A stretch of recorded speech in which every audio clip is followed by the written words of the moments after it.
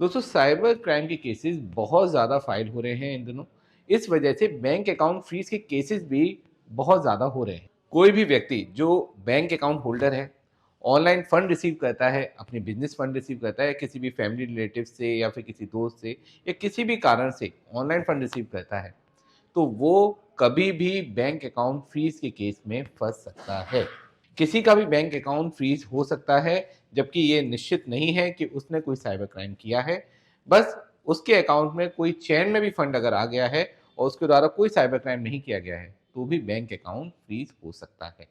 अब किसी bank account को बिना इन्वेस्टिगेशन के फ्रीज कर दिया गया, लेकिन क्या उस इन्वेस्टिगेशन को करने का दायित्व और साथ में उस इन्वेस्टिगेशन को कितने समय में किया जाए, इसके बारे में कोई निश्चित प्रावधान है? दोस्तों इन्हीं सब बातों को ध्यान में रखते हुए होम मिनिस्ट्री के द्वारा एक एसओपी लाई गई है जो साइबर क्राइम से रिलेटेड है, और उसमें बैंक अकाउंट 90 दिन में कोई भी अकाउंट अनफ्रीज हो जाएगा, इस बारे में कहा गया है। लेकिन आज हम इस वीडियो में ये जानेंगे कि क्या वास्तव में ऐसा है कि 90 दिन में कोई भी बैंक अकाउंट अपने आप अनफ्रीज हो जाएगा। दोस्तों वीडियो बहुत ही इन्फॉर्मेटिव है, इसे अंत तक आप जरूर देखिएगा। नमस्कार दोस्तों मैं हूं एडवोकेट आयुष गर्ग और आप देख रहे हैं अपना YouTube channel online legal centre. Bank account fees या साइबर क्राइम से रिलेटेड और इन्फॉर्मेटिव वीडियोस देखने के लिए आप हमारी प्लेलिस्ट पर भी विजिट कर सकते हैं। तो चलिए बिना देर करे टॉपिक को शुरू करते हैं। दोस्तों साइबर क्राइम का फंड अगर हमारे अकाउंट में आ जाता है, चाहे डायरेक्ट आए या इनडायरेक्ट आए, अकाउंट को साइबर सेल द्वारा फ्रीज कर दिया जाता है। कई बार बैंक भी अकाउंट को अपने आप ईडीडी के नाम पर फ्रीज कर देती है।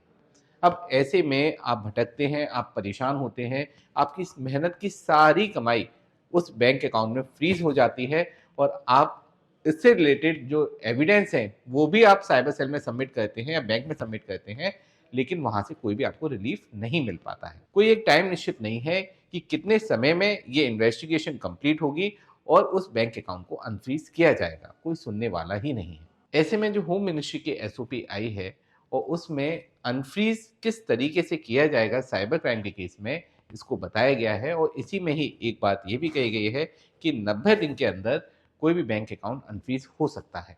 लेकिन दोस्तों ऐसा बिल्कुल नहीं है कि आप कोई भी प्रयास नहीं करें, अपने आप ही आपके बैंक अकाउंट 90 दिन में अनफ्रीज हो जाएंगे, ऐसा नहीं है। इसके लिए आपको प्रक्रिया को पूरा करना ज़रूरी है, और हर केस में 90 दिन का ये गोल्डन फॉर्मूला काम नहीं करेगा। दरअसल दोस्तों जब भी कोई साइबर क्राइम होता है, उस कंप्लेनेंट के अकाउंट से डिफरेंट डिफरेंट अकाउंट में फंड जाते हैं, और जिस जिस अकाउंट में फंड जाता है उन सभी अकाउंट को इन्वेस्टिगेशन के नाम पे डेबिट फीस कर दिया जाता है, एक पर्टिकुलर अमाउंट का लिन लगा दिया जाता है।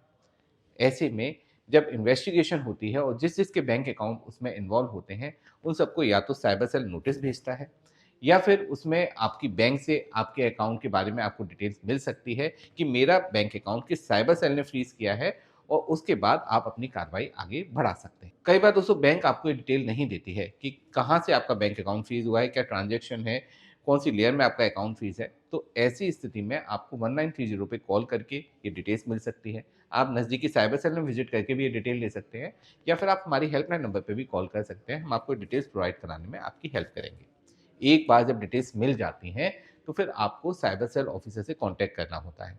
यहाँ पे दोस्तों जो होम मिनिस्ट्री की नई एसओपी आई है, उसके अकॉर्डिंगली आपको बैंक से भी कांटेक्ट करना ज़रूरी है।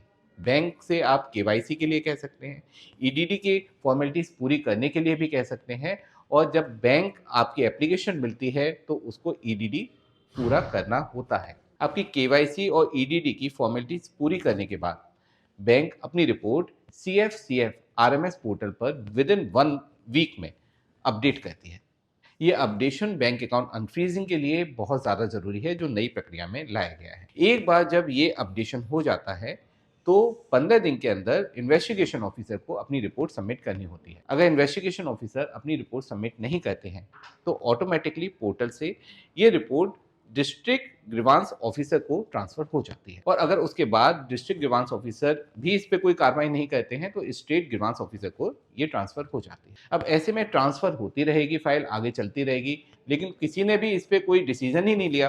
किसी ने कोई भी अकाउंट को अनफ्रीज करने के लिए या फिर अकाउंट को क्यों फ्रीज रखा जाए इसके बारे में ही नहीं बोला, तो अकाउंट तो ऐसे फ्रीज ही रहेगा। तो इसके लिए जो प्रावधान है वो ये है कि 3 महीने के अंदर जब भी आपने CFCF RMS पोर्टल पे अपडेट किया है, उसके 3 महीने के अंदर अगर कोई भी डिसीजन ऑफिसर के द्वारा नहीं लिया था, investigation officer, district grievance officer या स्टेट साइबर सेल ऑफिसर्स के द्वारा भी नहीं लिया जाता, तो बैंक अपनी तरफ से एक मेल इन्वेस्टिगेशन ऑफिसर को फाइनल रिप्रेजेंटेशन के लिए सबमिट कर सकते हैं या फिर फाइनल रिपोर्ट के लिए सबमिट कर सकते हैं। और अगर 15 दिन के अंदर वहां से भी कोई रिपोर्ट नहीं आती है, ऑब्जेक्शन नहीं आता है या अनफ्रीजिंग का ऑर्डर नहीं आता है, तो बैंक अपनी तरफ से अकाउंट को अनफ्रीज कर सकते हैं या अनलीन भी कर सकते हैं। यही 90 दिन का गोल्डन रूल है। लेकिन यहाँ ध्यान रखिए, अगर फर्स्ट लेयर में, सेकंड लेयर में आपका अकाउंट फ्रीज है, तो ऐसी स्थिति में यहाँ पे आपको रिलीफ नहीं मिल पाएगा। अगर मनी म्यूलिंग का केस है, मल्टीपल कंप्लेंट्स हैं, तो भी ऐसी स्थिति में आपको यहाँ रिलीफ नहीं मिल पाएगा। इसके अलावा अगर आपके कंप्लेंट केवल एनसीआरबी पोर्टल पे नहीं है, आपकी कंप्लेंट में एफआईआर भी है और ईएफआईआर भी है, तो भी यहाँ आपको रिलीफ नहीं मिल पाएगा। ये जनरल कंप्लेंट्स जो एनसीआरबी पोर्टल पे फाइल होती हैं या जिनमें चैन में कोई अकाउंट फ्रीज होता है, वहाँ इसमें रिलीफ मिल सकता है, वो भी ये पूरी प्रक्रिया फॉलो करने के बाद। इस पूरी प्रक्रिया के बीच में अगर आपको लगता है बैंक आपको सपोर्ट नहीं कर रही है, बैंक मैनेजर आपकी बात नहीं सुन रहे हैं, तो ऐसी स्थिति में आप डायरेक्ट साइबर सेल ऑफिसर से कांटेक्ट कर सकते हैं, वहाँ एक रिप्रेजेंटेशन सबमिट कर सकते हैं एडवोकेट के माध्यम से, या फिर आप वहाँ पे पर्सनल विजिट भी कर सकते हैं साइबर सेल में, या फिर एडवोकेट को वहाँ पे आप अपने केस को रिप्रेजेंट करने के लिए भेज भी सकते हैं। एडवोकेट आपके बिहाफ पे साइबर सेल विजिट भी कर सकते हैं। ऐसी स्थिति में डिस्प्यूटेड अमाउंट आपको पे करना पड़ता है और उसके बाद आपका अकाउंट अनफ्रीज हो जाता है।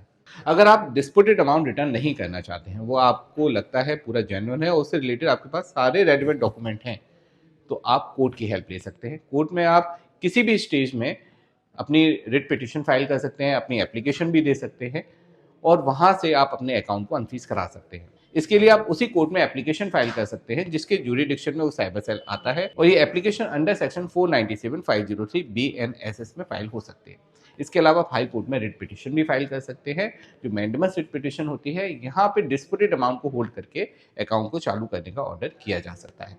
लेकिन यहाँ भी ध्यान रखिए, मनी म्यूलिंग के केस में रिलीफ इतना आसान नहीं होता, इसकी प्रक्रिया बिल्कुल अलग होती है। और अगर आपका फर्स्ट लेयर में अकाउंट फ्रीज है, तो आपको रेलिवेंट डॉक्यूमेंट यहाँ सबमिट करने होते हैं। दोस्तों, यहाँ एक बहुत ही ध्यान रखने वाली बात है कि अगर आपने अपने बैंक अकाउंट को किसी को दे दिया है, उसने आपके बैंक अकाउंट का मिसयूज कर लिया है, तो ऐसी स्थिति में कंप्लेंट आपके ऊपर ही बनती है, क्योंकि आपका बैंक अकाउंट इस क्राइम में यूज हो रहा है। आप उससे बच नहीं सकते हैं। ऐसे में आपको एक एफआईआर या साइबर कंप्लेंट फाइल कराना बहुत ज़्यादा ज़रूरी है उस व्यक्ति के खिलाफ जिसने आपके अकाउंट का मिसयूज किया है। उसके बाद आप सभी ऑफिसर से बात कर सकते हैं, जो भी इन्वेस्टिगेशन ऑफिसर हैं, क्योंकि ऐसी स्थिति में मल्टीपल कंप्लेंट्स होती हैं, तो आपको सबसे बात करना भी ज़रूरी होता है और अपनी उस एफआईआर की कॉपी भी वहाँ सबमिट करनी होती है, तभी जाके आपको रिलीफ मिल पाता है।